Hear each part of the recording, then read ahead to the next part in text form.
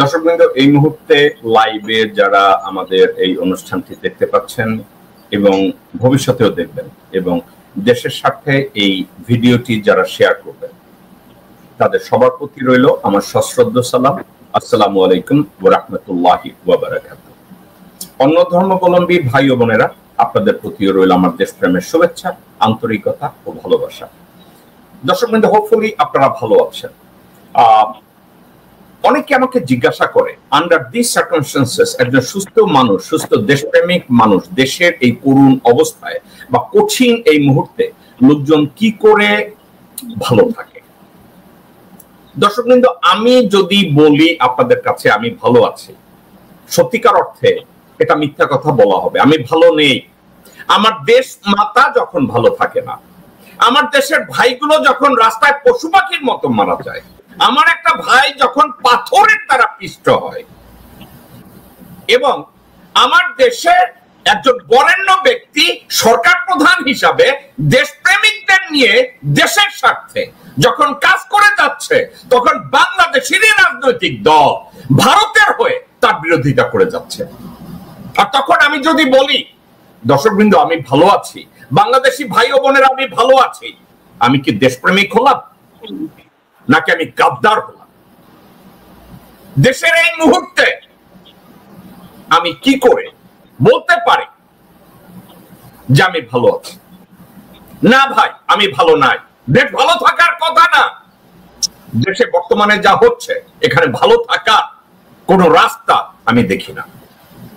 কারণ আমাদের দেশ আজকে স্ট্রেট ওয়েতে দুইটা ভাগে বিভক্ত। দর্শকবৃন্দ, আমাদেরকে বুঝতে হবে, দর্শক এবং শ্রোতাবৃন্দ, আমার ভাই ও বোনেরা, আপনাদেরকে একটা জিনিস অনুধাবন করতে হবে। আমাদের দেশ আজকে দুই ভাগে বিভক্ত,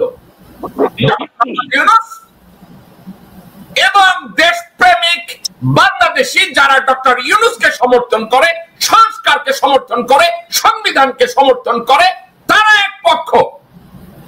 বনাম ভারত, জেনারেল ওয়াকারুজ্জামান, আওয়ামী লীগ এবং বিএনপি, দুইটা পক্ষ।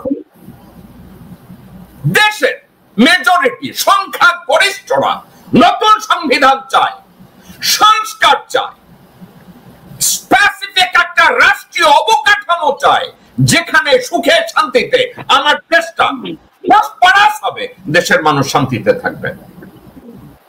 যে পক্ষকে রিপ্রেজেন্ট করছে ডক্টর মোহাম্মদ ইউনূস, যে পক্ষকে রিপ্রেজেন্ট করছে সংখ্যা গরিষ্ঠ মানুষরা, আর সংখ্যা লঘিষ্ঠ চোর, ডাকাত, খুনি, রক্ত পিপাসু, দেশের শত্রু, দেশদ্রোহী মির্জাফর ওয়াকারুজ্জামান, হাসিনা শেখ, আওয়ামী লীগ এবং বিএনপির ভারতপন্থীরা, এই জারজরা বাংলাদেশের বিপক্ষে দাঁড়িয়েছে, বাংলাদেশের জনগণের বিপক্ষে দাঁড়িয়েছে, আপনার আমার স্বপ্নের বিপক্ষে দাঁড়িয়েছে, বাংলাদেশের কল্যাণের বিপক্ষে দাঁড়িয়েছে, বাংলাদেশের অস্তিত্বের বিপক্ষে দাঁড়িয়েছে, বাংলাদেশের স্বাধীনতার বিপক্ষে দাঁড়িয়েছে, যারা স্বাধীনতার বলি ছাড়ে। দর্শকবৃন্দ, আজকের যে বিষয়টা আমার কাছে, আপনার কাছে, সবার কাছে পরিষ্কার হওয়ার কথা, ডক্টর মোহাম্মদ ইউনূস দেশপ্রেমিকদের নিয়ে নতুন সংবিধান, নতুন সংস্কার দেশের জন্য যখন কাজ করছে, ঠিক অঙ্গাঙ্গী ভাবে তার বিরোধিতা করে যাচ্ছে একটা গোষ্ঠী, যে গোষ্ঠীটা খুন করতে দ্বিধা করে না, যে গোষ্ঠী পাথর দিয়ে মানুষ মারতে দ্বিধা করে না, যে গোষ্ঠী বাংলাদেশটাকে দুমড়ে মুচড়ে ভারতের হাতে তুলে দিতে দ্বিধা করে না, অথচ এই গোষ্ঠী স্বাধীনতার কথা বলে, ৭১-এর কথা বলে, ৭২-এর সংবিধানের কথা বলে, মুক্তিযুদ্ধের কথা বলে, অথচ সব বেজন মারা স্বাধীনতার বিরোধী, দেশের অস্তিত্বের বিরোধী, দেশের সংবিধানের বিরোধী, দেশের জনগণ বিরোধী, দেশের উন্নয়নের বিরোধী, দেশের প্রত্যেকটা অবকাঠামোর বিরোধী।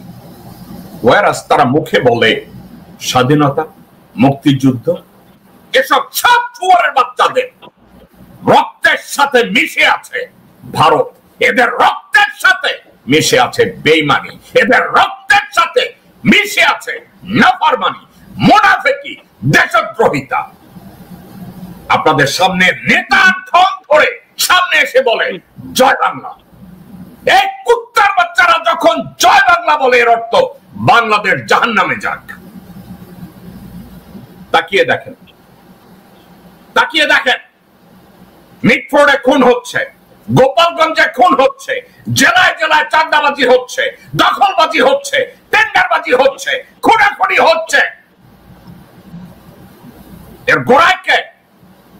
ওয়াকারুজ্জামান, বিএনপির সালাউদ্দিন, আব্বাস, চাঁদাবাজ, টেন্ডারবাজ, রয়ের সমর্থন পুষ্ট আওয়ামী লীগ, যুবলীগ, ছাত্র দল, যুব দল, এসব কুত্তার বাচ্চা। বাংলাদেশে ছাত্রলীগ, যুবলীগ, ছাত্র দল, যুব দল, এদেরকে যদি তাদের কার্যক্রম যদি 6 মাসের জন্য স্থগিত করা হয়, বাংলাদেশে কোনো খুন হবে না, বাংলাদেশে কোনো চাঁদাবাজি হবে না, বাংলাদেশের কোথাও স্বাধীনতা বিরোধী কোনো কাজ হবে না। যত ষড়যন্ত্র হচ্ছে এর পিছনে এরা, এবং তাদেরকে উস্কানি দিচ্ছে ওয়াকারুজ্জামান। দর্শকবৃন্দ, গোপালগঞ্জে যে ইনসিডেন্ট হয়েছে, অনেকে বলে এর জন্য জাহাঙ্গীরের ব্যর্থতা আছে। জাহাঙ্গীর মানে স্বরাষ্ট্র উপদেষ্টা থাকতেই পারে, কারণ স্বরাষ্ট্র উপদেষ্টা নিয়োগ পেয়েছে ওয়াকারের দ্বারা। ওয়াকার যদি বলে লিভ গোপালগঞ্জ অ্যালোন, জাহাঙ্গীর ওখানে কিছু করতে পারবে না। এই বয়স্ক লোকটা সততা নিয়ে আমি প্রশ্ন করছি না, but he is loyal to general Waker. আজ পর্যন্ত ডক্টর মোহাম্মদ ইউনূস অথবা ডক্টর খলিল এই লোকটাকে জব সিকিউরিটি দিতে তারা ব্যর্থ হয়েছে। এই লোকটা সততা দিয়ে চেষ্টা করছে, এই লোকটা সঠিকভাবে চেষ্টা করছে। প্রথমে আমি আপনাদেরকে গেস্টদের সাথে আমি প্রথমে পরিচয় করিয়ে দেই, এবং তারপরে আপনাদেরকে আমি একটা ভিডিও দেখাবো। একজন দর্শক শাহাদত হোসেন বাবু, আপনার জন্মগ্রহণ হয়েছে বাবা মার বিয়ের আগে। আপনি আমার শোটা থেকে আপনাকে আমি ব্যান করলাম, আপনি আমার এখানে বেরিয়ে যান, আমার এই শোটা আপনার জন্য না। ডক্টর নওশির আলী, আমি আপনার কাছ থেকে, আপনি বাংলাদেশে আছেন, আপনি গত 1-2 দিন ধরে যা কিছু হচ্ছে গোপালগঞ্জে এবং বাংলাদেশে, আপনি একজন আই উইটনেস, আপনি দেখেন সংবাদগুলো নিজেই সাথে সাথে পাচ্ছেন। আমি সিএনএন থেকে, বিবিসি থেকে এবং সিবিএস থেকে আমি খবরগুলো, এবিসি থেকে আমি যতগুলো পাওয়ার আমি পেয়েছি, এগুলো নিয়ে আমি পরে কথা বলি। কিন্তু আপনি এই গোপালগঞ্জ সম্পর্কে কতটুকু জানেন, আপনি যদি দয়া করে আমাদের সাথে শেয়ার করেন। ধন্যবাদ। আসলে আমি তো আর ওখানে, আপনি আই উইটনেস বলছেন, আমি এখানে আই উইটনেস না, কারণ আমি ওখানে স্পটে ছিলাম না। আমিও যা জেনেছি আসলে আমাদের এখানকার সংবাদ মাধ্যম এবং সেখান থেকে আসা কিছু আমাদের পেশেন্টদের কাছ থেকে এগুলো জানা গেছে যে সেখানে মানে যারা এই সবারই একটা কথা সেখানে সবাই বলছে, সেটা হচ্ছে পুলিশের ব্যর্থতা ছিল, মানে আইন শৃঙ্খলা রক্ষাকারী বাহিনীর এখানে ব্যর্থতা ছিল। তারা এখানে পর্যাপ্ত আপনার মানে নিরাপত্তার ব্যবস্থা করতে পারে। কারণ একটা সভা বা একটা সমাবেশ যখন আয়োজন করা হয়, তার আগে তো সেখানে আপনার প্রস্তুতি থাকে, এবং সেখানে ডিসির পারমিশন নিতে হয়, এসপির পারমিশন নিতে হয়, এবং এনএসআই থেকেও ক্লিয়ারেন্স নিতে হয় যে এখানে কোনো সিকিউরিটি ইস্যুতে কোনো সমস্যা হবে কিনা। সবগুলো ক্লিয়ারেন্স নেওয়ার পরে কিন্তু সেখানে একটা সভা সমাবেশ আয়োজনের অনুমতি দেওয়া হয়। এখন গোপালগঞ্জে যেটা ঘটেছে সেটা সম্পূর্ণ আইন শৃঙ্খলা পরিস্থিতি সম্পূর্ণ অবনতি ঘটেছে, এবং এখানে পুলিশের নিষ্ক্রিয়তা নিয়েই সবার চোখে আঙ্গুল দিয়ে দেখানোর চেষ্টা করছে। যদিও পরবর্তীতে সেনাবাহিনী নামিয়ে এখন পরিস্থিতিটাকে কন্ট্রোল করা হয়েছে, কিন্তু এটা তো আগেই করা যেত। আগে যদি তারা পর্যাপ্ত পরিমাণ পুলিশ মোতায়েন থাকতো, সেনাবাহিনী বা বিজিবি মোতায়েন থাকতো, এবং সেখানে যদি সমাবেশটা সুন্দরভাবে হতো, তাহলে এটা একটা ভালো মেসেজ দিত আর কি। কারণ গোপালগঞ্জ আসলে কোনো বিচ্ছিন্ন কোনো দেশ না, এলাকা না, বাংলাদেশের ভিতরেই তো একটা জায়গা, এবং একজন নাগরিক হিসেবে যে কারোরই রাইট আছে দেশের যে কোনো জায়গাতেই সভা সমাবেশ করা, এবং রাষ্ট্রের দায়িত্ব হচ্ছে সেটা পূর্ণ নিরাপত্তা বিধান করা। কিন্তু এই ক্ষেত্রে দেখা যাচ্ছে যে রাষ্ট্র সম্পূর্ণ ব্যর্থ হয়েছে এখানে নিরাপত্তা দিতে, যার ফলশ্রুতিতে এই ঘটনাটা ঘটেছে এবং এখানে ব্যাপক ক্ষয়ক্ষতিও হয়েছে। এবং এখন পর্যন্ত খবর পাওয়া মতো আমার কাছে যে খবরটা আসছে যে 6 জন নাকি ইতিমধ্যে মারা গেছে এবং বেশ কিছু জন আহত হয়েছে, এবং সেখানে আপনার জেলখানাতেও আপনার আক্রমণ করা হয়েছিল এবং জেলে ভাঙচুর করা হয়েছে। তারা ওই কয়েদিদেরকে মুক্ত করার চেষ্টা করছে, যদিও পুলিশের দাবি হচ্ছে যে ওখান থেকে কাউকে এখন পর্যন্ত তারা বের করে নিয়ে আসতে পারেনি, তারা শুধুমাত্র হামলা করেছিল কিন্তু মেইন গেট তারা ভাঙতে পারেনি। আর ওদিকে যে নেতা যারা ছিল এনসিপির, ওই সার্জিস এবং ওই যে নাহিদ, তাদেরকে আর্মি প্রোটেকশন দিয়ে ওখান থেকে সেফলি তাদের নিয়ে আসা হয়েছে। এবং আমার কথা হচ্ছে তারা যখন একটা সভা সমাবেশ করতে যাবে সেখান থেকে তো এটা মানে তারা প্রস্তুতি নিয়ে যাওয়া দরকার ছিল, এবং সেখানে তারা এইরকম একটা পরিস্থিতিতে হতে পারে। এটা তো আসলে আওয়ামী লীগের এলাকা বা এই এলাকায় স্বাভাবিকভাবে এখানে একটা নিরাপত্তা ইস্যু থেকে যায়, সে পূর্ণ নিরাপত্তাটা মানে তারা নিশ্চিত না করে বা আশপাশে এটার একটা মানে খোঁজ খবর না নিয়ে যে কিরকম কি হতে পারে, সেখানে তারা আসলে মানে একটা সভা করতে যাওয়াটাও আমি মনে করি যে একটা মানে বোকার মতো কাজ হয়েছে। তারা ওখানে গিয়ে এরকম একটা পরিস্থিতিতে পড়ে গেছে, এবং সেক্ষেত্রে তাদের জীবন নাশের সংখ্যাও ছিল। যদি আর্মি সময় মতো না যেত সেক্ষেত্রে তাদের কেউ হয়তো আজকে আমরা দেখতাম যে শিরোনাম হয়ে গেছে যে তারা নিহত হয়ে গেছে, এরকম একটা শিরোনাম হয়তো আমরা দেখতে পারতাম। যাই হোক, উদ্ভূত পরিস্থিতি যেটা হয়েছে সেটা ভালো হয়নি, সারা বিশ্বে একটা বাজে একটা মেসেজ গেছে। আর ইতিমধ্যে যে মিটফোর্ডে যে ঘটনাটা ঘটেছে এটার কারণেও কিন্তু আমাদের দেশের একটা ইমেজ ক্ষুণ্ণ হয়েছে, এবং সবকিছুর দায় দায়িত্ব কিন্তু আলটিমেটলি সরকারের উপরে যেয়ে পড়ছে, এবং ইউনুস সরকারের উপর সেটা ব্যর্থতার দায় চলে যাচ্ছে। এর ফলে যেটা হচ্ছে যে ওনার যে সাকসেসগুলো, সেই সাকসেসগুলোকে এখানে ম্লান করে দেওয়া হচ্ছে এই পরিস্থিতি এই সমস্ত পরিস্থিতিগুলোর কারণে। এবং এটার জন্য স্বরাষ্ট্র উপদেষ্টা যিনি আছেন তিনিও এর দায় এড়াতে পারেন না। আমি মনে করি যে আসলে উনি যদি মনে করেন যে তিনি পারতেছেন না বা ওনার কোনো সমস্যা হচ্ছে বা এমন কোনো মানে সম্মান থাকতে থাকতে ওনার পদত্যাগ করে চলে যাওয়া উচিত। ধন্যবাদ। আমি আপনাকে একটা কথা জিজ্ঞাসা করি, বাংলাদেশের ডিজিএফআই, এনএসআই এন্ড ইন্টেলিজেন্স এবং সেনাবাহিনী, র্যাব, এরা এখনো ওয়াকারের কাছ থেকে অর্ডার নেয়। এদের স্বরাষ্ট্র মন্ত্রণালয়ের অধীনে থাকার কথা, কিন্তু তারা এখনো কন্ট্রোল বাই জেনারেল ওয়াকার। একটা কথা, আইন শৃঙ্খলা পরিস্থিতিতে ম্যাজিস্ট্রেসি পাওয়ার দেওয়া আছে ওয়াকারের উপরে, মিলিটারির উপরে। আপনি যে কথাটা বলছেন আমি আপনার সাথে একমত যে সরকার ব্যর্থ হয়েছে। এখানে একটা জায়গায় একটা ইভেন্ট তৈরি করার আগে পারমিশন লাগে, প্রিপারেশন লাগে, সিকিউরিটি দেখে, সার্বিকভাবে দেখে। আপনার কি অবস্থার দৃষ্টিতে এটা মনে হয় না যে ওয়াকার গোপালগঞ্জে যে এ ধরনের একটা সমাবেশ করতে গেলে এনসিপি দ্বারা, যাদের দ্বারা হাসিনা পালাইছে, যাদের দ্বারা হাসিনা বাধ্য হয়েছে দেশ ছাড়তে, সেখানে যদি এনসিপি ওখানে যায়, আপনার কি মনে হয় না এটা দেশের ওয়াকার জানে, স্বরাষ্ট্রমন্ত্রী জানে, আইন শৃঙ্খলা বাহিনী জানে, বিজিবি জানে, সবাই জানে? এটা কি কারো অজানা থাকার কথা? না না, এটা তো অজানা কি হবে, তারা তো ঘোষণা দিয়ে গেছে, এমন তো না যে তারা ভুল করে ওখানে চলে গেছে। ওখানে ঘোষণা দিয়ে গেছে। গোপালগঞ্জে এ ধরনের একটা ইভেন্ট করতে গেলে এ ধরনের একটা উদ্ভূত পরিস্থিতি তৈরি হতে পারে, কারণ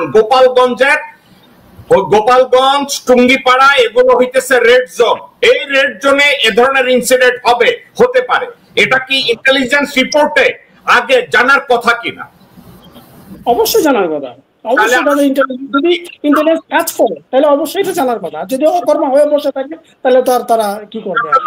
আমি যদি লজিক্যালি বলি, ওয়াকার, ডিজিএফআই, ডিজি, ছাত্রলীগের আর্ম ক্যাডার জাহাঙ্গীর, এরা জানে এবং বিজিবির হেড জানে যে ওখানে এ ধরনের সমস্যা হবে।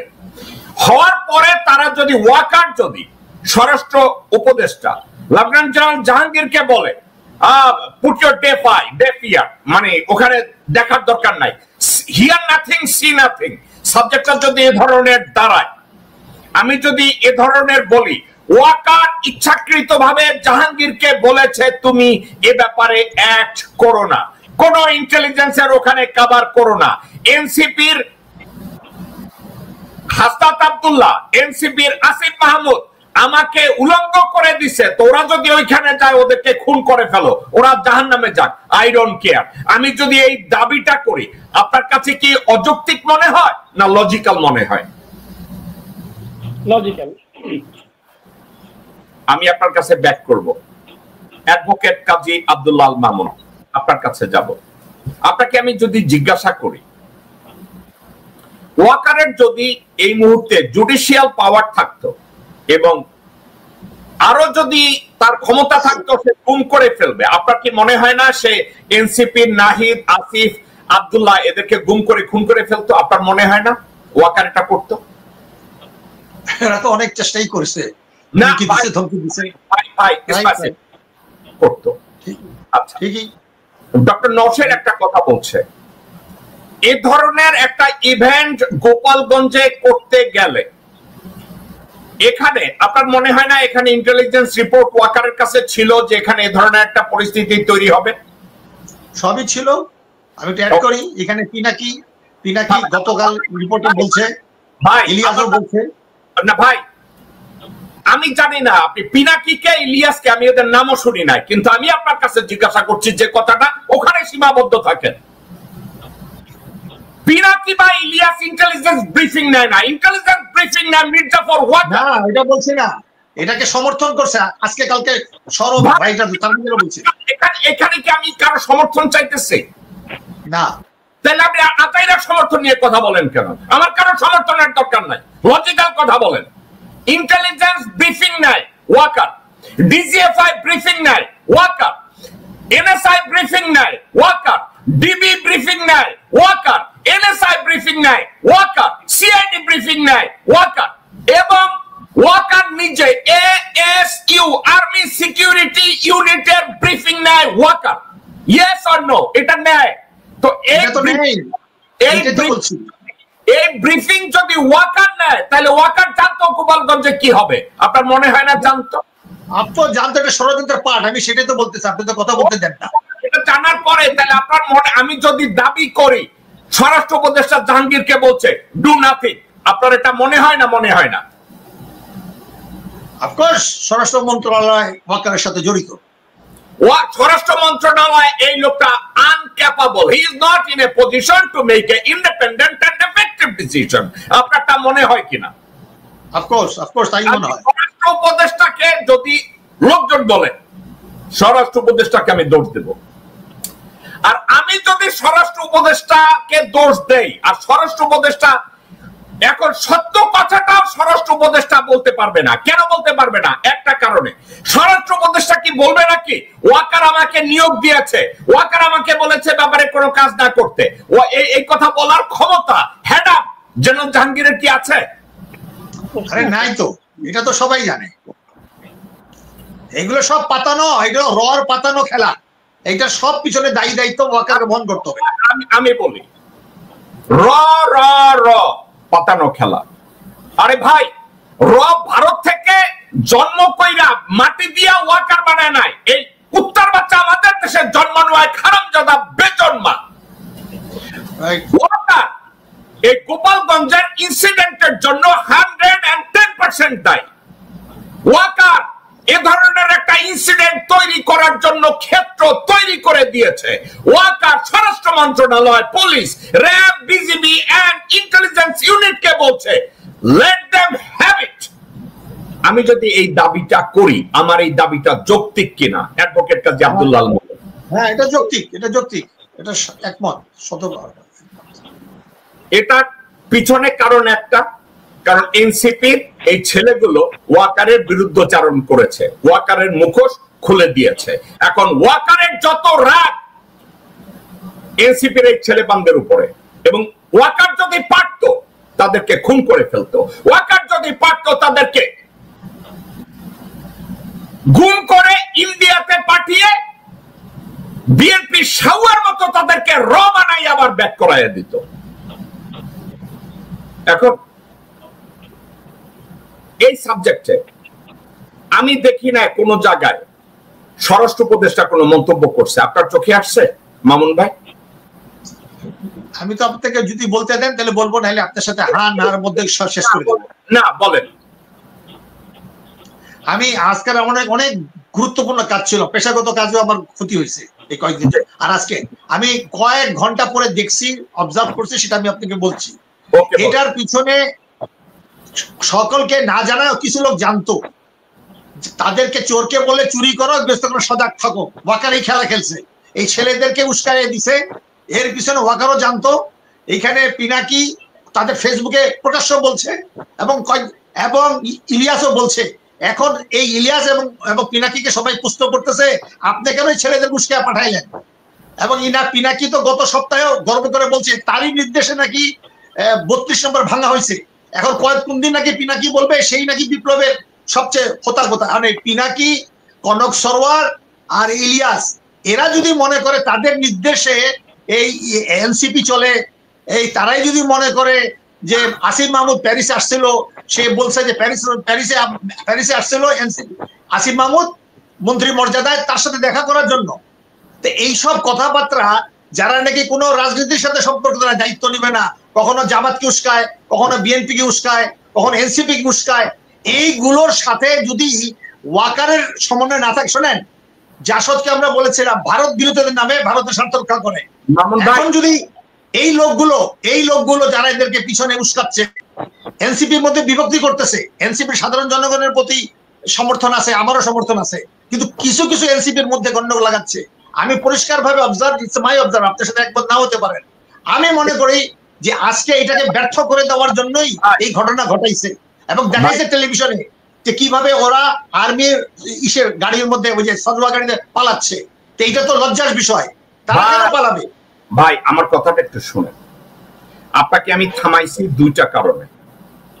এখানে দুইটা দিক। একটা হচ্ছে এনসিপি দায়িত্ব জ্ঞানহীনের মতো কেন অ্যাক্ট করেছে, এটা একটা দিক। আর আরেকটা দিক হলো এনসিপি ওখানে ইভেন্ট করতে গিয়েছে, সেখানে সরকারের ব্যর্থতা, তাদেরকে নিরাপত্তাটা দিতে পারে নাই। আমি আপনাকে থামাইছি একটা কারণে, কারণ আপনি আলোচনায় গোলায়া ফেলান।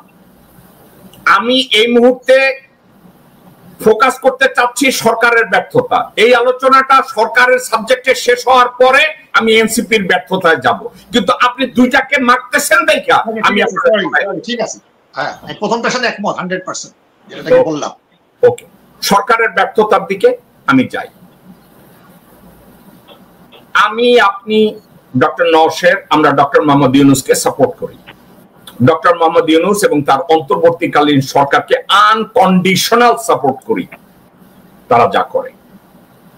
এখন ডক্টর মোহাম্মদ ইউনূস এবং ডক্টর খলিল, তারা দুইজনেই জানেন যে স্বরাষ্ট্র উপদেষ্টা যে জাহাঙ্গীরকে ওনারা অ্যাপয়েন্টমেন্ট দেয় না, জাহাঙ্গীরকে অ্যাপয়েন্টমেন্ট দিছে ওয়াকার।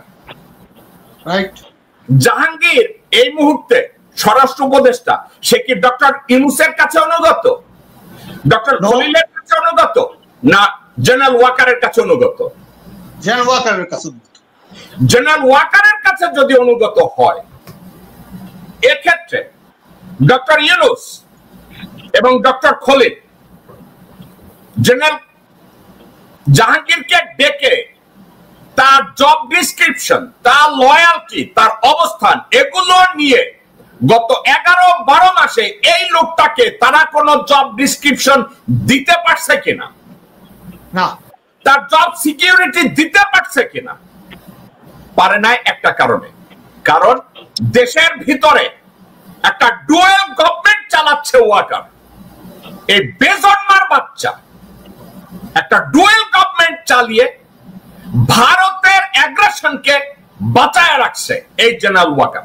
জেনারেল ওয়াকারকে সাপোর্ট দিচ্ছে আওয়ামী লীগের বেজন্মারা, ওয়াকারকে সাপোর্ট দিচ্ছে বিএনপির ভারতপন্থী বেজন্মারা।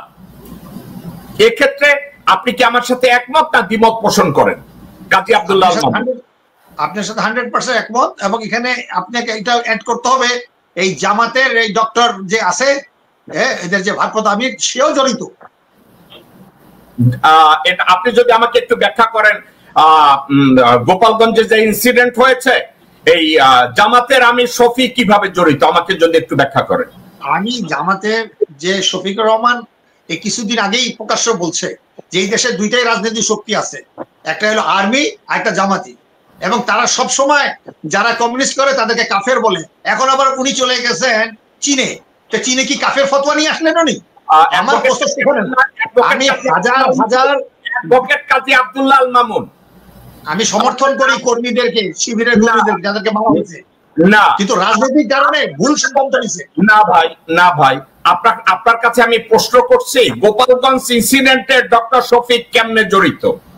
না আমি বলছি ডক্টর শফিক এখানে সরাসরি জড়িত না, আমি বলছি যে ওয়াকারের সাথে ওয়াকারকে সমর্থন দিচ্ছে। তো ভাই একটু ফোকাস করেন, একটু ফোকাস করেন। ওয়াকার নির্বাচন ডিসেম্বরের মধ্যে হতে হবে, জামাত ওয়াকারকে সাপোর্ট করে না। সংস্কার পরে নির্বাচিত লোকজন এসে করবে, জামাত এটাকে সাপোর্ট করে নাই। জামাত এবং ইসলামী পন্থী দলগুলো এখনো ইউনূসের পিছনে দাঁড়ায় আছে। একটা কথা আপনি মনে রেখেন রে ভাই, আপনি একজন রাজনীতিবিদ, আমার কথাটাকে আপনি চেঞ্জ করেন আমি যদি ভুল বলি। রাজনৈতিক সংলাপের দরজা বন্ধ করতে নাই। রাজনীতি করতে গেলে এটা বলা যাবে না যে আমি তোমার সাথে আর কথা বলবে না, সো বিট, রাস্তা আমার মত অথবা অন্য কোনো মত নাই, এটা বলা যাবে না। আমি ডক্টর শফিকের অনেক কথাকে অপছন্দ করি, জামাতে ইসলামের অনেক কথাকে আমি অপছন্দ করি। তার ভিতরে একটা, ডক্টর শফিক বলছে দেশপ্রেমিক শুধু দুইটা ইনস্টিটিউশন, একটা আর্মি আর একটা জামাত। কিন্তু আপনি কথাটাকে ঠিক মতো বলেন নাই, তার কথাটা ছিল এইটা, বাংলাদেশে নাকি দেশপ্রেমিক ইনস্টিটিউশন দুইটা, একটা আর্মি আর একটা জামাত। আমি এই কথাটাকে বিরোধিতা করি।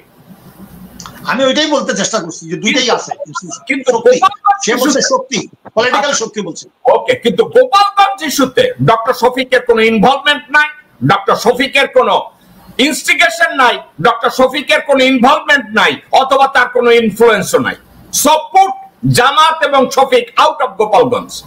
আপনার কাছে আমার কথা হচ্ছে ডক্টর মোহাম্মদ ইউনূস এবং doctor Khalil as of today তাদের স্বরাষ্ট্র উপদেষ্টা তাদের নিয়ন্ত্রণে নাই, পররাষ্ট্র উপদেষ্টা তাদের নিয়ন্ত্রণে নাই, ডিজিএফআই তাদের নিয়ন্ত্রণে নাই, এনএসআই তাদের নিয়ন্ত্রণে নাই, আর্মি সিকিউরিটি ইউনিট তাদের নিয়ন্ত্রণে নাই, সিআইডি তাদের নিয়ন্ত্রণে নাই, জুডিশিয়ারি তাদের নিয়ন্ত্রণে নাই। তাহলে তাদের নিয়ন্ত্রণে আছেটা কি? আপনার কাছে আমি জিজ্ঞাসা করছি, একটা সরকারের যদি, একটা সরকার এবং সরকারের প্রধানের যদি এই সাবজেক্ট গুলোর উপরে, এই এলিমেন্টস এর উপরে, এই ইনস্টিটিউশন গুলোর উপরে যদি নিয়ন্ত্রণ না থাকে, তার দ্বারা কি সম্ভব একটা এফেক্টিভ সরকার রান করা?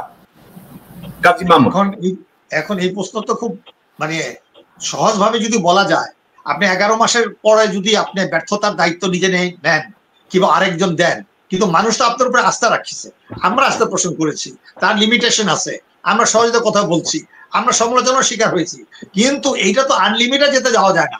হয় উনি প্রেস কনফারেন্স করবেন, আন্তর্জাতিক প্রেস কনফারেন্স বলুক যে আমি ওয়াকারকে স্যাক করলাম এই কারণে, হোম মিনিস্টারকে স্যাক করলাম এই কারণে, এবং যারা যারা আছে তাদেরকে সকলকে নির্বাচনে আগে বিচার করা, মানুষের মৌলিকতা বাস্তবায়ন না করার আগে কোনো নির্বাচন হবে না। উনি যে ডেটটা দিছে সেই ডেটটা স্থগিত ঘোষণা করুক, তারপর আমার কথা হলো আর বলা হবে না যে এখন যে পিআর নিয়ে যে দেখা গেল যে পিআর চরমনাই জামাত এবং এরা এনসিপিরা মিলে একদিকে করলো, বিএনপির সাথে একটা মনে হয় বিএনপি ভার্সেস জামাত এই একটা গন্ডগোল লাগাই দিল, এরকম তো আমরাও প্রত্যাশা করি না। কাজে এইগুলো দেখতে হবে ডিপ রুটেডলি ভাবে। আপনার মতে আমি একমত যে এখানে সরাসরি জামাত ইনভলভ না, কিন্তু আজকে দেখা যাচ্ছে বিএনপির এক শ্রেণী, আপনি বিএনপি উচ্চ নেতাকে সমর্থন করেন, আমরাও বলছি যে এই মতো যদি খালেদা জিয়া তারেক জিয়া যদি বলে হবে না। আপনি আপনি আপনি বাকপা কইরা আর আপনি মাথা চুলকাইয়া আপনি সব গেছে না, ওটা না, থামেন। আমার চেয়ে বিএনপি রে গালি দিছে অনলাইনে, আমি সেটাই বলছি, তো আমি ওইটাই বলছি বিএনপির চারপাশে, ওইটা আমি তো শেষ করে দিলাম না, আমি বলছি বিএনপির চারপাশে যারা নাকি আওয়ামী রিপ্রেজেন্ট করতেছে, এই যে এত ফজা বলেন উমুক বলেন 1 ডজন নাম বলছেন, এটা তো আমি আপনার সাথে কতবার বলেছি, কিন্তু এই দায়িত্বটা বহন করতে হবে তারেক রহমানকে, সে ভারপ্রাপ্ত চেয়ারম্যান, সে কেন এদেরকে ছেড়ে বিদায় করে না? এই দায়িত্ব বহন করবে খালেদা জিয়া এখনো। আমি সেটা বলছি ভাই, আপনার দিকে যেন না। এখন আচ্ছা, একটা কথা আমরা কনক্লুড করি, গোপালগঞ্জ ইস্যুতে আমি আর আপনি, আমি জেকব মিল্টন এবং আপনি অ্যাডভোকেট কাজী আব্দুল্লাহ আল মামুন, ডক্টর নওশেদ যে কথাটা বলেছে আমরা তার সাথে একমত। আইন শৃঙ্খলা পরিস্থিতি এবং দেশের আইন শৃঙ্খলা রক্ষাকারী বাহিনী ইনক্লুডিং সেনাবাহিনী, ইনক্লুডিং রয়ের বাচ্চা, শুয়োরের বাচ্চা ওয়াকারুজ্জামান, শুয়োরের বাচ্চা মির্জাফর এই গোপালগঞ্জের এই ইনসিডেন্টের জন্য দায়ী। আপনি আমার সাথে একমত পোষণ করেন নাকি দ্বিমত পোষণ করেন? দ্বিমত করার না, দ্বিমত পোষণ করার সুযোগ নাই, শতভাগ একমত, শতভাগ একমত। আর কি ওকে, শুধু অন্য অ্যাঙ্গেলে সুযোগ থাকলে বলবো পরে। ওকে, ডক্টর নওশেদ আলী, আপনার কাছে আমি আর অ্যাডভোকেট মামুন আমরা এই গোপালগঞ্জ ইস্যুটাকে দুইটা ভাগ করছি, একটা হচ্ছে সরকারের ব্যর্থতা আর একটা হচ্ছে এনসিপির ব্যর্থতা। আমরা এখনো সরকারের ব্যর্থতার মধ্যে আছি। গোপালগঞ্জে যা কিছু হয়েছে এর জন্য স্বরাষ্ট্র মন্ত্রণালয়েরও ব্যর্থতা না, পুলিশেরও ব্যর্থতা না, রয়ের ব্যর্থতা না, অন্য কারো ব্যর্থতা না। এটা ইচ্ছাকৃতভাবে জেনারেল ওয়াকার ভারতের নির্দেশে, ভারতের প্রত্যক্ষ এবং পরোক্ষ সহায়তায়, হাসিনার কোঅর্ডিনেশনে যুবলীগ, ছাত্রলীগ, যুবদল, ছাত্রদল এদেরকে দিয়ে একত্রে এই অপকর্মটা করাইছে। আপনি এটার উপরে হয় আমার সাথে একমত হতে পারেন, আপনি দ্বিমত পোষণ করতে পারেন। আমি আপনার মতামত চাচ্ছি ডক্টর নওশেদ আলী। না, এটা তো দ্বিমত করার কোনো কিছু নাই, এটা তো ক্লিয়ার কাট, মানে বোঝাই যায় জিনিসটা। কারণ এখন তো আওয়ামী লীগ তো যদি ধরেন একটা নিষিদ্ধ দলের মতো, তাদের তো কোনো সাংগঠনিক কার্যক্রম নাই, তারা এখন হঠাৎ করে এরকম ভায়োলেন্ট কেন হবে? নিশ্চয়ই ব্যাক সাপোর্ট পাইছে কারো কাছ থেকে। কারো কাছ থেকে যদি ব্যাক সাপোর্ট না পায় তাহলে তো তারা এইভাবে হামলা করতে পারেন। তারা যেভাবে হামলা করেছে আমরা যে ভিডিও ফুটেজ গুলো দেখেছি, তো এই ক্ষেত্রে আসলে দ্বিমত করার কোনো কিছু নাই। মানে আমাদের দেশের, আপনি বাংলাদেশে আপনি একজন অত্যন্ত ভালো পেশায় নিয়োজিত একজন মানুষ, আপনি একজন সচেতন মানুষ, শিক্ষিত মানুষ।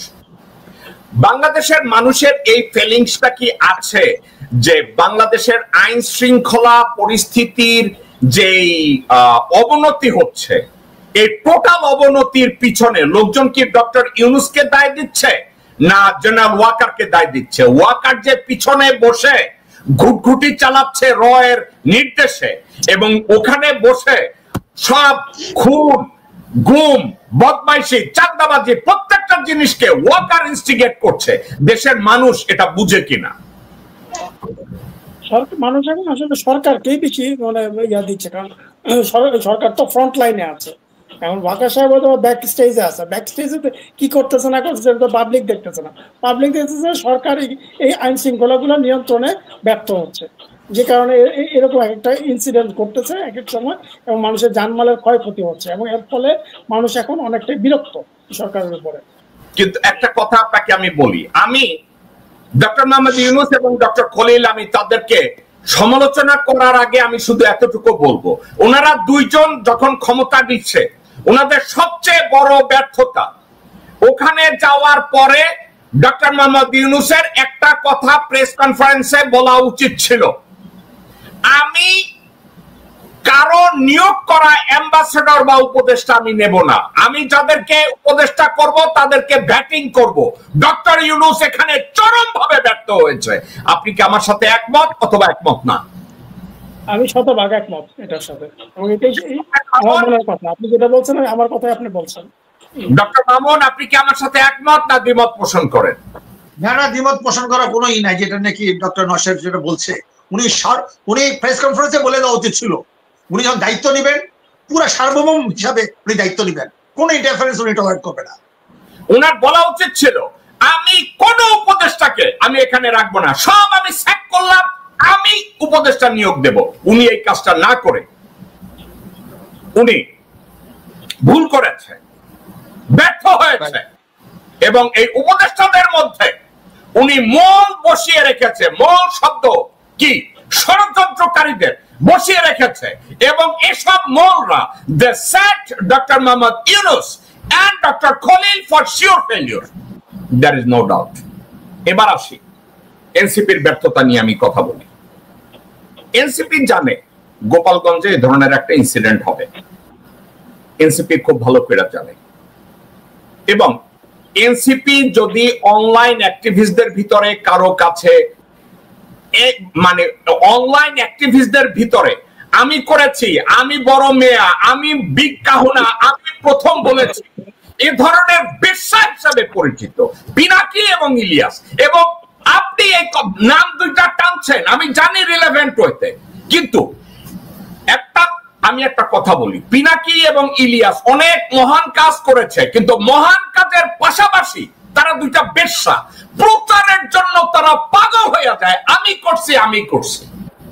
এখন এই রাজনৈতিক মানে এমন বেশ্যাগিরি করে অনলাইনে, যে বেশ্যাগিরির কোনো তুলনা নাই। এক বেটি দেখছেন না, বসুন্ধরার পোলার লগে প্রেম কইরা প্যাট বাজাইয়া এখন কয় আমি 7-8টা প্রেম করছি, লয়াল পোলা পছন্দ করি না।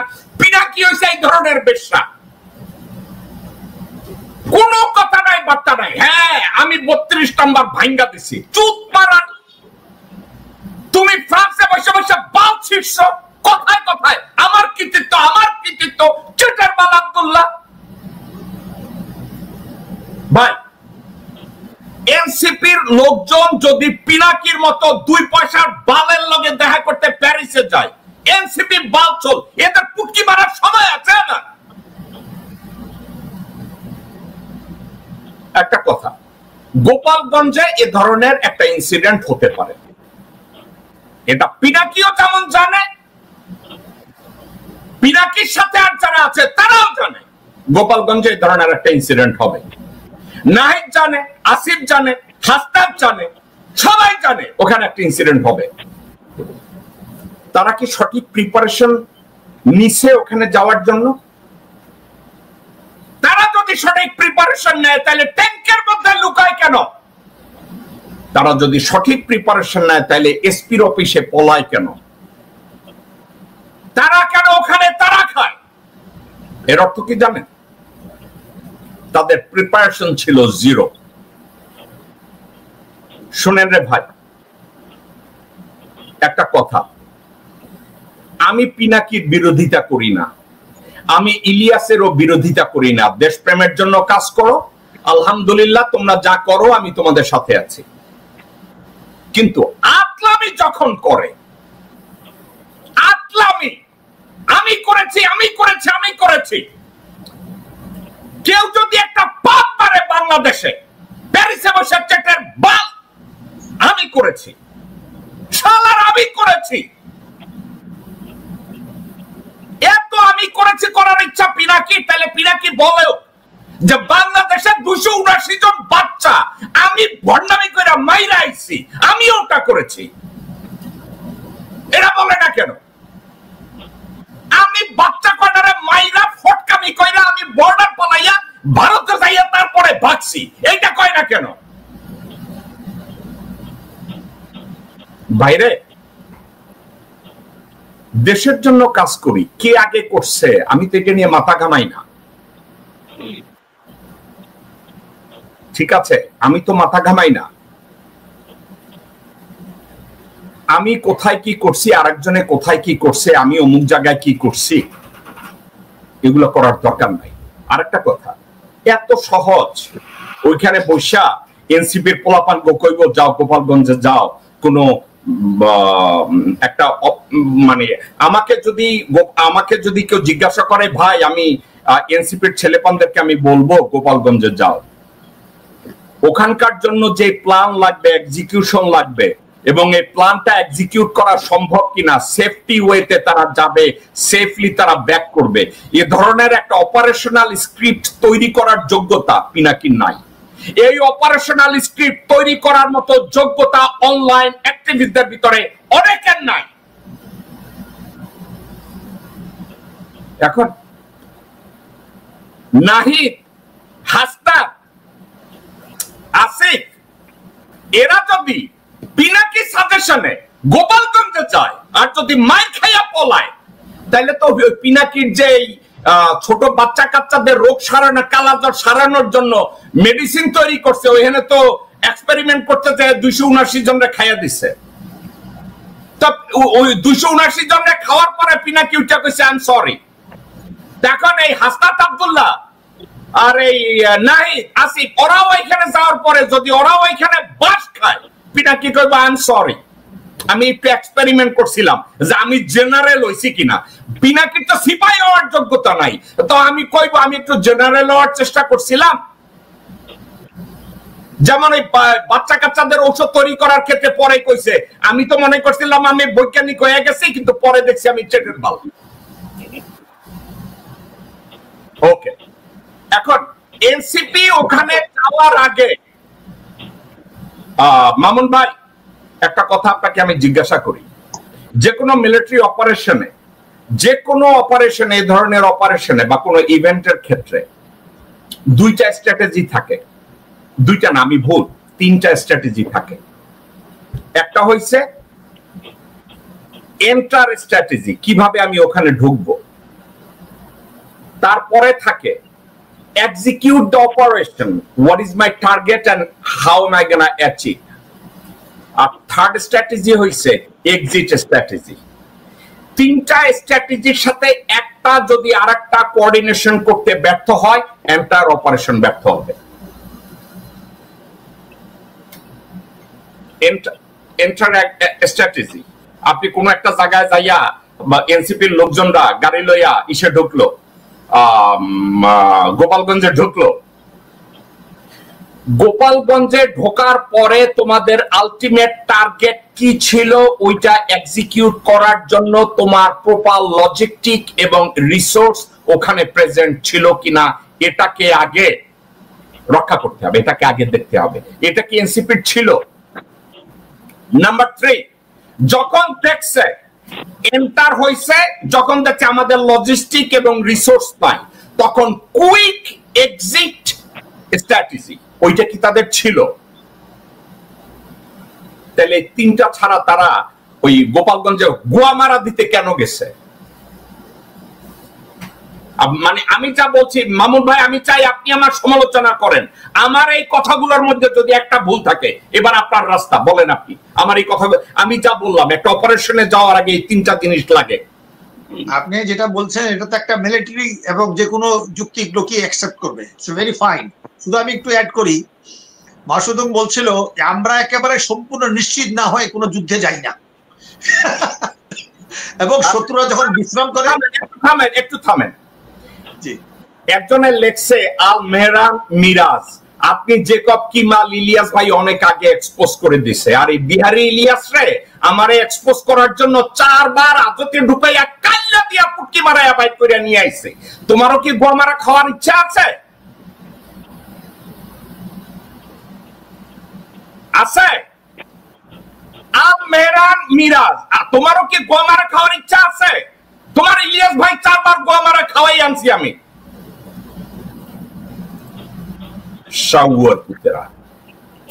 ওকে, বলেন আপনি। তো এটাই হলো যে আপনি যে তিনটা স্ট্র্যাটেজি কথা বললেন, এই তিনটার একটাও তারা ওইভাবে নেয় নাই। এখন না নেওয়ার কারণে এইটার মানে এই নয় যে সবাই যারা তার পিছনে আছে, এই ওয়াকার গংরা, তারাও জানতো যে একটা বিপদে পড়ুক, বিপদে পড়ে এই একটা ঘোলাটে করার সৃষ্টি করে, যার সম্পূর্ণ দায়িত্ব আজকে ওয়াকার নিতে হবে। হ্যাঁ, তো ওয়াকার চিন্তা করতেছে যে এটা যদি একটা সিভিল ওয়ারের মতো লাগাই দেওয়া যায়, তাইলে বোধহয় সে মার্শাল ঘোষণা করে দেয়, এই তো সব ব্যর্থ। তো কাজে কোনো ষড়যন্ত্রকেই আমরা সফল হতে দেব না। এবং এটাও সত্য কথা যে এই যে এনসিপি একটা এখনো ব্যাপক সমর্থন আছে, তাদের অভিজ্ঞতা কম, তাদেরকে আমরা বেনিফিট অফ ডাউট দিতে চাই। পাশাপাশি এটাও বলতে চাই তাদের ভিতরে যে কিছু দুর্নীতিবাজদের ঢুকে গেছে, যার কারণে সমস্ত এনসিপি কর্মীরা যাতে এই দায়িত্ব না বহন করে, তাদেরকে ব্যাপারেও তারা ভিতর থেকে যেন সাফাই করুক। যেমন আপনি বলেন যে বিএনপির ভিতরে র ঢুকে গেছে গা, বিএনপি এত পপুলার থাকা সত্ত্বেও, খালেদা জিয়ার পপুলার থাকা সত্ত্বেও কেন পাচ্ছে না? ভাই, BNP is controlled by raw, there is no doubt, there is no question about it, এবং raw কন্ট্রোলের সামনে তারেক জিয়া এবং খালেদা জিয়া পুরোপুরি অসহায়। এক্স্যাক্টলি আপনি ঠিকই বলছেন। কিন্তু শুধু এনসিপির সমালোচনা বলতে আমি এটাই বলবো যে আজকে যদি 1500 কোটি টাকা দিয়ে যে বসুন্ধরা থেকে নিছে, আরো বহু গ্রুপ থেকে নিছে, এইটা জনগণ খুব ভালো চোখে দেখছে না। এটা কিংস পার্টি চাঁদাবাজির মতো এসে গেছে, এইগুলো হানি ট্র্যাপ দুর্নীতি ট্র্যাপের মতো করতেছে।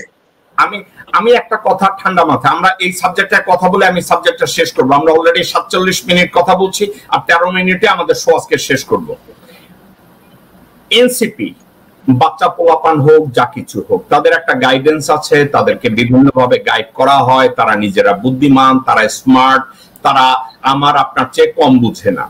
কিন্তু কোনো একটা জায়গায় এ ধরনের একটা ইভেন্ট করতে গেলে, গোপালগঞ্জে, যেখানে জানে যে গোপালগঞ্জে হচ্ছে হাসিনার নিজের কনস্টিটিউয়েন্সি, ওখানে গেলে একটা ঝামেলা হবে, গোপালগঞ্জের লোকজনরা রুইখা দাঁড়াবে এবং হাসিনার পতনের জন্য তারা পুরোপুরি ভাবে এনসিপি কে দায়ী করে, তাহলে এনসিপি যদি ওখানে ঢুকে, এনসিপির এই তিনটা সাবজেক্টে তাদেরকে পুরোপুরি তৈরি থাকার কথা ছিল: enter strategy, plan strategy and exit strategy. আমি মনে করি না এনসিপির এই তিনটা স্ট্র্যাটেজি ওখানে ছিল, নাম্বার ওয়ান। নাম্বার টু, সরকার, মানে সরকার বলবো না, ওয়াকার চরমভাবে এনসিপি কে একটা মাইক দিয়ে দিছে। ওয়াকার চাচ্ছিল নাহিদকে, আসিফকে, হাসনাতকে গুম করে দিতে, কিন্তু জনগণের সামনে, দেশের সামনে তাদের কান আর নাক কাইটা দিছে গোপালগঞ্জে। এখন এটার থেকে যদি নাহিদ, এটার থেকে যদি হাসনাত, এটার থেকে যদি আসিফ একটা শিক্ষা গ্রহণ করে, আমি কি বুঝাতে পারছি আপনাকে? রাইট রাইট রাইট, এটা থেকে শিক্ষা নিতে পারে, ভুল থেকে শিক্ষা নিতে পারে, এটা থেকে শিখতে পারে। আর আরো একটা কথা আপনাদেরকে আমি বলি, অনলাইন অ্যাক্টিভিস্টদের ভিতরে আপনি পিনাকি এবং ইলিয়াসের কথাটা আজকের আপনি টেনেছেন। পিনাকি এবং ইলিয়াস অনেক ভালো কাজ করেছে, দেশের হাসিনাকে তাড়ানোর উপলক্ষে অনেক ভালো কাজ করছে, কিন্তু আমার দৃষ্টিতে দে জাস্ট বিকাম ককি। ককি বুঝেন তো? আজাইরা কথা কয়, ফালতু কথা কয়, কোন সাবজেক্ট নিয়ে কথা বলার আর কিছু নাই, তখনও বাল পেটালা বেডিং মতো ব্যাক করে। মানে আমি বুঝি না, আমি ইদানিং আমার অনলাইনের ম্যানেজার প্রশান্ত পিনাকির কিছু 2-4টা ভিডিও বানিয়েছে, আমার বলছে যে এই ভদ্রলোকের কি খাইলে আর কোনো কাম নাই। এখন যদি বলে যে কোন ব্যাডার বাংলাদেশের স্বপ্নদোষ হয়েছে, পিনাকি ওইটা লইও স্বপ্নদোষ লিয়ার কথা কয়। আরে ভাই, বাংলাদেশে বহু এলিমেন্টস আছে, এগুলো নিয়ে কি আমার কথা বলার দরকার আছে? তাতে কি হয় জানেন, আমি যদি প্রত্যেকটা সাবজেক্টে আমি এত পণ্ডিতি করতে যাই, আলটিমেটলি কি হবে জানেন, আমি আমার মেইন ফোকাস গভর্নিং এর উপরে, পলিটিক্যাল থিওরির উপরে, ভিশনের উপরে আমার ফোকাস কমে যাবে। এত আর একটা কথা বলি রে ভাই, আমি করছি শুনেন, মানে এটা অত্যন্ত বিরক্তিকর। কেন বিরক্তিকর আমি আপনাকে বলি, কেন বিরক্তিকর। আমরা সবাই মিলা ভারতীয় প্রোডাক্ট বয়কট ডাক দিলাম। জিয়া রহমান 79 সালে এই ডাক দিছে, ভারতীয় পণ্য বয়কট করো। আমি প্রথম আইটিভিতে কথাবার্তা শুরু করলাম, আমার যতদূর মনে পড়ে 93 না 94 সালে, তখন পিনাকির বাল গজাইছে কিনা আমি জানিও না। বালেশ্বর বাল তখন তারা কোন জায়গায় বসা দেশ উদ্ধার করে আমার ধারণা নাই। তখন আমি আইটিভিতে যখন শো করি, আইটিভির মালিক আমার উপরে রাগ হয়ে গেল, আমি যখন কইছি বয়কট ইন্ডিয়ান প্রোডাক্টস। আচ্ছা, কইতেছি সেই হাসিনা শাসন আমলে কবে পিনাকি কইছে ইন্ডিয়ান পণ্য বয়কট করো? আমি পিনাকির এই বয়কটকে সমর্থন করছি। কেন? যে বলবে ইন্ডিয়ান পণ্য বয়কট করো, আমি তার লগে সমর্থন করছি। ও মা, 2 দিন পরে শুনে কি পিনাকি নাকি এই বয়কটের ডাক দিচ্ছে। আরে বাল চেটের বাল, তুমি আবার বয়কটের ডাক কবে দিলা? তুমি জন্ম হইলা শাওনে ফাগুনে 8 দিন, এর মধ্যে তুমি বয়কটের ডাক দিয়া ফেলালা, তুমি চেটের বাল আব্দুল্লাহ। আমি বুঝলাম না। এখন কথাটা হইতেছে এত কৃতিত্ব নেওয়ার প্রতিযোগিতা কেন? আরে ভাই, আপনি একটা কাজ করছেন, আপনারে আমি রিকগনাইজ করি, আপনি একটা ভালো কাজ করছেন। আপনি তখন একটা জায়গায় আন্দোলনের জন্য সহায়ক ভূমিকা পালন করছেন, আই সাপোর্ট ইউ। কিন্তু আমি করছি, আমি সবার আগে করছি, আমি বাল ছিড়ছি। আমি দেশে আসা চলে আসা আমি বাল ছিড়বো। একদিকে কয় আমি দেশে এসে বাল ছিড়বো, আর একদিকে কয় আমি তো দেশে যাইতে পারবো না। আরে ভাই, এক মুখে কয় কথা কও, একদিকে থাকো। হবে পিনাকি এবং পিনাকির প্রেসক্রিপশনে কেউ যেন কোনো ঔষধ খায় না, কারণ পিনাকির প্রেসক্রিপশন ভালো না। কেন ভালো না? পিনাকি প্রেসক্রিপশন দিছে এই ওষুধ খাইলে বাচ্চারা সুস্থ হইব, ওই প্রেসক্রিপশনে 297 জন না 300 জন গেছে, বক্কাটা জয় বাংলা হয়ে গেছে। পিনাকির কথা দিয়ে কইলাম, পিনাকির প্রেসক্রিপশনে জয় বাংলা হয়, বাচ্চারা জয় বাংলা হইছে। তারপরে নিজেরা বাংলাদেশ থেকে জয় বাংলা বানাইয়া বাংলাদেশ দিয়ে ভাগছে। এখন এনসিপির পোলাপানক কইছে তোমরা যাও গোপালগঞ্জে যাও, আমরা 32 নম্বর ভাঙ্গা দিছি, এখন আমরা ওইখানে যাই এটা করব। ঠিক আছে, গেছে, কোনো প্রিপারেশন নাই, কোনো এক্সিট স্ট্র্যাটেজি নাই, এন্টার স্ট্র্যাটেজি নাই, ওখানে কোনো কিছু নাই। ওখানে ধাক্কায় তুমি পাঠাই দিছো, কারণ ওইখানে মায়ের খাইলে তো মায়ের খাইবো হাসনাত, ওখানে মায়ের খাইবো আসিফ মাহমুদ, মায়ের খাইবো নাহিদ। তারপরে তুমি 2 দিন পরে বলবা থুক্ক আমি একটা মেডিসিন লিখে দিছিলাম, আমি তো মনে করছিলাম মেডিসিনে মানুষ সুস্থ হইব, কিন্তু পরে তো দেখছি হয় না। ভাইরে একটা কথা আপনি মনে রাখেন, আপনারা আমি একটা কথা কই, আপনাদের দুইজনেরই বলি। 2022 না 21 মানিকগঞ্জে আমি কি করছি, একটা সেমিনার করছি। সেমিনারে বলছি গত 100 বছরে হাসিনা ছিল সবচেয়ে নিকৃষ্ট স্বৈরশাসক। এই পোস্টার শেয়ার করছিল মানিকগঞ্জের 2 জনে, কুমিল্লা থেকে 3 জন, চিটাগং থেকে 1 জন, টোটাল 4-5টা মানুষকে গ্রেফতার করা হইল, হাসিনা অ্যারেস্ট করাইল। আমি কিন্তু ওই 4-5 জন মানুষকে আমার পোস্ট শেয়ার করার কথা বলি নাই, কিন্তু তারা করছে, ভালো মনে কইরা করছে। মামুন ভাই এবং নওশের ভাই, আপনারা কি জানেন এই 5টা মানুষকে যতক্ষণে আমি হাজত থেকে বের করতে না পারছি, আমি ততক্ষণ অনলাইনে ছিলাম, টাকা খরচ করতে রইছি, লয়ারের পিছনে খরচ করছি, পুলিশে পয়সা দিছি ওই 5 জন মানুষকে জন্য না পিটায় কেউ। ঠিক আছে, কারণ কি জানেন, আমার একটা জিনিস পোস্ট করার জন্য যদি এই লোকগুলো হাজতে যায়, আমার বিশাল দায়িত্ব রে ভাই, তাইলে আমি তাদেরকে ব্যাকআপ করছি। তো অনলাইন অ্যাক্টিভিস্ট যারা আছেন তাদের প্রতি আমি কৃতজ্ঞ, কিন্তু আপনারা রেকলেস এ ধরনের কথাবার্তা বলেন না। কথা বলার সুযোগ পাইলেই ব্যাক করতে হবে সব সাবজেক্টে। একটু ম্যাচিউর হন রে ভাই, নিজের বয়সকে একটু ইজ্জত করেন, নিজের অবস্থানকে একটু ইজ্জত করেন। কোন একটা সাবজেক্ট সম্পর্কে সব সাবজেক্টে আপনার আঙ্গুলবাজি করতে হবে। যে আইডিয়া নামে এক দর্শক ভাই, আপনার বাপের নাম কুত্তা আর মায়ের নাম ছাগল, আপনি একটা নাম পর্যন্ত দিতে পারেন নাই। আপনি পিনাকিরে নিয়ে বাজে কথা বলার অধিকার আপনার নাই পিনাকির তুলনা।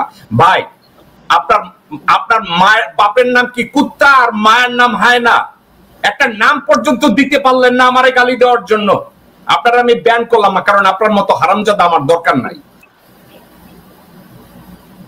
ওকে, এখানে আসসালামু আলাইকুম ভাই, এখানে কাদা ছোড়াছুড়ি না, আত্মসমালোচনা। আপনি আমারে সমালোচনা করেন,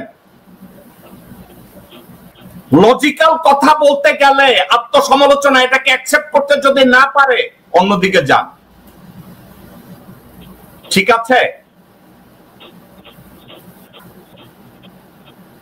একটা সাবজেক্ট আমি জানি, সেটা হচ্ছে ভুল আমি করলেও ভুল, ভুল আমার আব্বা করলেও ভুল, এটা ভুল। গোপালগঞ্জের সাবজেক্টটায় আমরা অতিষ্ঠ। গোপালগঞ্জের এই ইভেন্টে সরকার যেমন দায়ী, সরকার না, আমি ওয়াকারকে যেমন 110% দায়ী, সমানভাবে এনসিপি দায়ী। কারণ এনসিপি রেকলেসলি ওখানে গেছে, এটা জানার পরে। ঠিক আছে, ওখানে তারা গিয়ে বুদ্ধিমানের পরিচয় দেয় নাই। আর আরেকটা কথা, আমি সর্বশেষ অ্যাডভোকেট মামুন আপনার কাছে একটা কোশ্চেনটা আমি করব। আমার ন্যারেটিভটা সম্পর্কে আপনার মন্তব্য চাবো এবং তারপরে আমরা অনুষ্ঠানটা শেষ করব। ন্যারেটিভটা ছিল বাংলাদেশ এখন 2 ভাগে বিভক্ত। এক, ডক্টর মোহাম্মদ ইউনূস ও দেশপ্রেমিক জনগণ বনাম means versus Bharat, general Waker, Awami League এবং ভারত ইনফ্লুয়েন্সড বিএনপি। এই ন্যারেটিভটার উপরে আমি আপনার মন্তব্য জানতে চাচ্ছি যে বাংলাদেশে এখন দুইটা সরকার অবস্থান করছে এই দুই ভাবে, এটা সত্যি কিনা, আপনার কাছে তা মনে হয় কিনা? আমি তো যেটা যেটা বললেন এটা তো ঠিকই আছে, যেখানে দুইটা ভাগে বিভক্ত হয়েছে।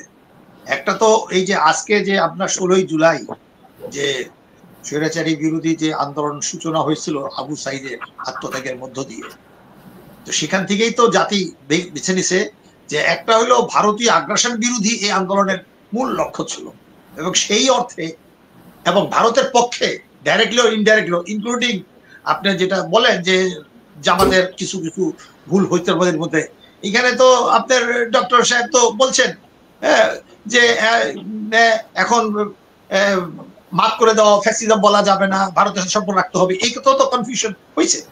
তো কাজেই আমাদের বক্তব্যটা হলো যে আজকে ভারতীয় আগ্রাসন থেকে মুক্তি পাইছি আমরা, অর্ধ মুক্তি হোক না যাই হোক না কেন, বাকি যে প্রেতাত্মা যারা আছে তাদেরকেও সমূল উৎখাত করতে হবে। তবে একটা সিস্টেম পরিবর্তন না করে শুধু ব্যক্তি এবং দল পরিবর্তন লাভ হবে না। তো সেটাকেই আজকে আমরা বলতে চাচ্ছি, এটাকে দীর্ঘায়িত করা হোক এবং তাড়াতাড়ি নির্বাচনের নামে যারাই বলুক না কেন, এটা যেমন ঠিক না, তেমনি আজকে যেসব মানে দল পরিবর্তন করে, আপনি বললেন যে রং, টাকার রং যেমন কোনো নাই, সন্ত্রাসী কোনো রং নাই, তারা আজকে এনসিপিতে ঢুকে যাবে। কিছুদিন আগে তারা ছাত্রলীগ করতো, তখন শিবির লীগ করে, কিছুদিন যুবলীগ করতো, এখন যুব দল গেলে, এবং বিএনপি কিছু নেতারা বলে আসলে ক্লিন লোকগুলোকে ঢুকাও। তো এইটা তো ভালো লক্ষণ না। আর যতক্ষণ পর্যন্ত ওয়াকার থাকবে, ওয়াকারের গং থাকবে, এখানে 40-50 জন জেনারেল, 100 জন সেক্রেটারি, এই যে আপনার যে মাফিয়া থাকবে, এই যে বসুন্ধরা গং, এইগুলোকে সকলের, ইভেন এখানে প্রথম আলো, এই মতিউর রহমান থেকে শুরু করে এই ডেইলি স্টার, দিল্লি স্টার, এই সবগুলোকে আইনের আওতায় আনতে হবে। এইটা হলো পলিটিক্যাল লক্ষ্য। ওকে, ঠিক আছে। তবে ইউনূসের হাত শক্তিশালী করা সম্ভব হবে, তা না হলে ইউনূস সাহেবকে দোষ দিয়ে কোনো লাভ নাই। এখন সব দোষ ইউনূস সাহেবের, কিন্তু কেউ এইসব, এরা কিন্তু কেউ বলতেছে না। এখন যারা আছে বিএনপিও বলেন, যারা এলো তারা কিন্তু, ইভেন জামাতের লোকরা কিন্তু আজকে ওয়াকারকে আঙ্গুল করে বলছে, রাজীব ভাই আপনি বলেন, হ্যাঁ আপনিও তো জামাতে কিছুটা সিম্প্যাথি আছে, আপনিও বলেন। আমি মনে করি ভাই সিম্প্যাথি তো আপনার একটা দল আছে, ওইটার প্রতিও তো আমার সিম্প্যাথি আছে, এটা তো একবারও কর না। আপনার প্রতি আমার সিম্প্যাথি না থাকলে আমি বলছি যে আপনি যেভাবে প্র্যাগম্যাটিকের যে ভুল করে একের পর এক, আপনি বলছেন না, আমি তো জামাতের হাজার হাজার কর্মীকে পাখির মতো মারছে বলে সবসময় সমালোচনা করছি। এই বিচারের নামে যেসব নেতাদেরকে ঝুলাইছে এটারও বিরোধিতা করছি, কিন্তু রাজনৈতিক মতাদর্শগত ভাবে আমি দ্বিমত পোষণ করি, স্ট্র্যাটেজিগত ভাবে দ্বিমত পোষণ করি। আমি সেই অর্থে বলছি, কোন ব্যক্তি ঘৃণা নয়। আমারও সমালোচনা করেন, আপনি তো অনেক সমালোচনা করেন, আমি অ্যাকসেপ্ট করি। ওকে, ঠিক আছে। ডক্টর নওশাদ আলী, আমাদের সময় শেষ। আপনার কাছে আমি চাচ্ছি আজকের আলোচনাটাকে আপনি সামারাইজ করুন। Doctor Naushad Ali, please. ধন্যবাদ। আজকে যে ঘটনাটা